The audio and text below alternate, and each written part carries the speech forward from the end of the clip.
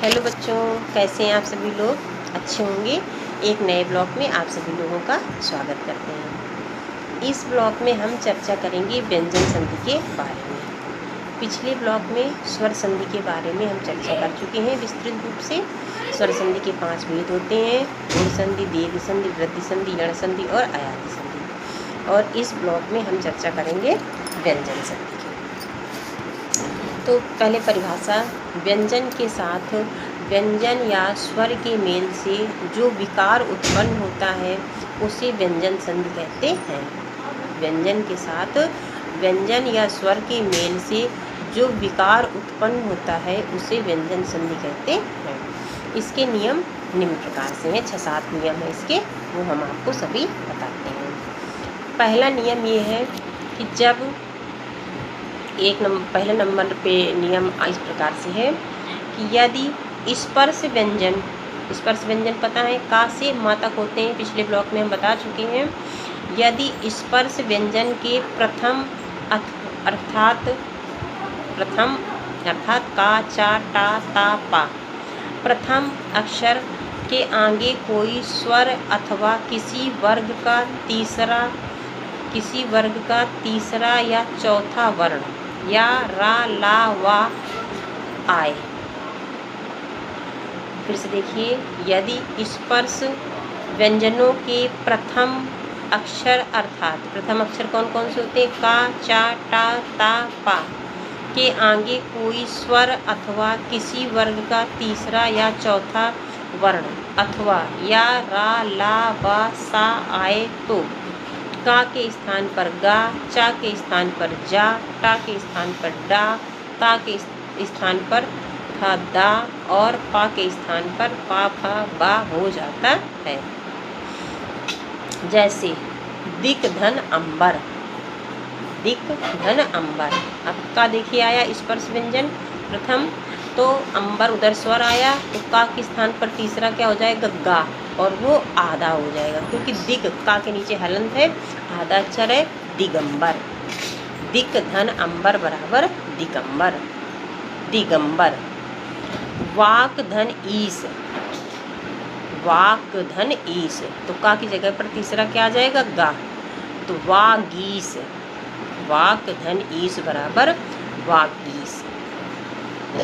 पंच धन आब बराबर पंच, चा की जगह पर जा जाएगा पंजाब, पंच धन आब बराबर पंजाब। ये पहला नियम। दूसरा नियम क्या है?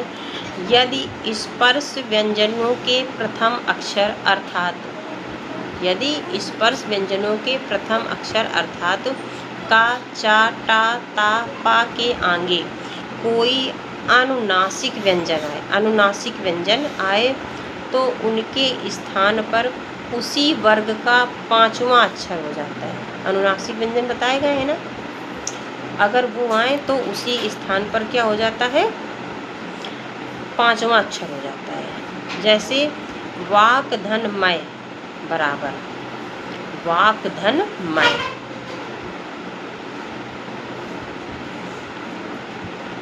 स्पर्श व्यंजन का प्रथम है, देखिए का, वाक, और इसके बाद में कोई अनुनासिक व्यंजन आया माँ, तो इसकी जगह पर का 5वां अक्षर हो जाएगा वाग्मय, वाग्मय। खट धन मास, खट धन मास, तो खट टा का 5वां अक्षर अड़ा होता है तो क्या हो जाएगा? खड़ मास। ये हुआ इसका दूसरा नियम। तीसरा, व्यंजन संधि थोड़ी टफ है स्वर संधि की अपेक्षा, और जो चीज़ हमें नहीं आती वही टफ लगती है। जब इसको 2-3 बार आप पढ़ लोगे, वीडियो को देख लोगे, तो ये भी आपको इजी लगने लगेगी। तीसरे नंबर पे आता है जब किसी ह्रस्व या दीर्घ स्वर के आगे छा आता है, छा छाता है। जब किसी ह्रस्व या दीर्घ स्वर के आगे छा आए तो छा के पहले चा बढ़ जाता है। छा के पहले क्या बढ़ जाता है? छा। जैसे परिधन छेद, अब देखिए छा आया तो छा के पहले चा आधा हो जाएगा। परिधन छेद बराबर परिच्छेद, परिधन छेद बराबर परिच्छेद। आदन छादन बराबर आच्छादन। आदन छादन बराबर आच्छादन। चौथा नियम इसका क्या है? यदि माँ के आगे, माँ के नीचे हलंत आधे अक्षर है, आ नहीं जुड़ा हुआ है, स्वर नहीं लगा हुआ है। यदि माँ के आगे कोई स्पर्श व्यंजन आए तो माँ के स्थान पर उसी वर्ग का 5वां वर्ण हो जाता है। यदि माँ के आगे कोई स्पर्श व्यंजन आए तो माँ के स्थान पर उसी वर्ग का 5वां अक्षर हो जाता है। जैसे सम धन चय बराबर, सम धन चय बराबर, तो चा का 5वां चा छा जा जाइए संचय। सम धन कार बराबर संकर। ठीक। अगला 6वां नियम है, यदि ता दा के आगे सलजम वाला सा आए तो ता दा का चा और सा का छा हो जाता है। यदि ता और दा के आगे हा आए, हा हल आए, तो ता का दा और हा का धा हो जाता है। फिर से देखिए, यदि ता दा के आगे सा सलजम वाला आए तो ता का ता दा का चा और शा का छा हो जाता है। यदि ता दा के आगे हा आए तो ता का दा और हा का धा हो जाता है। जैसे सत धन चित बराबर संचित, सत धन चित बराबर संचित, तत धन शरीर बराबर तच्छीर। ठीक।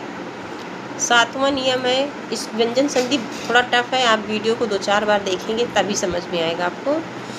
7वां और आखिरी नियम है, खटकोण वाले सा के पश्चात ता या था आए तो उसके स्थान पर क्रमशः टा और ठा हो जाता है। क्या हो जाता है?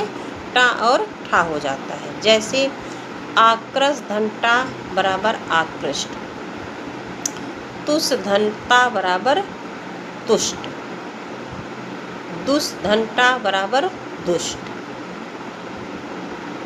तुस धन टा बराबर तुष्ट। तो इस प्रकार से ये हो गई आपकी व्यंजन संधि। अब है विसर्ग संधि। विसर्ग संधि, तो इस विसर्ग संधि को हम अगले ब्लॉक में बताएंगे, क्योंकि व्यंजन संधि थोड़ा टफ है। इस वीडियो को आपको 2 से 4 बार 6 बार देखिएगा तभी आपको समझ में आएगा ये वीडियो। तो विसर्ग संधि को हम अगले ब्लॉक में बताएंगे। इस ब्लॉक को हम यहीं पर समाप्त करते हैं। मिलते हैं अगले ब्लॉक में एक नई जानकारी के साथ। तब तक के लिए नमस्कार।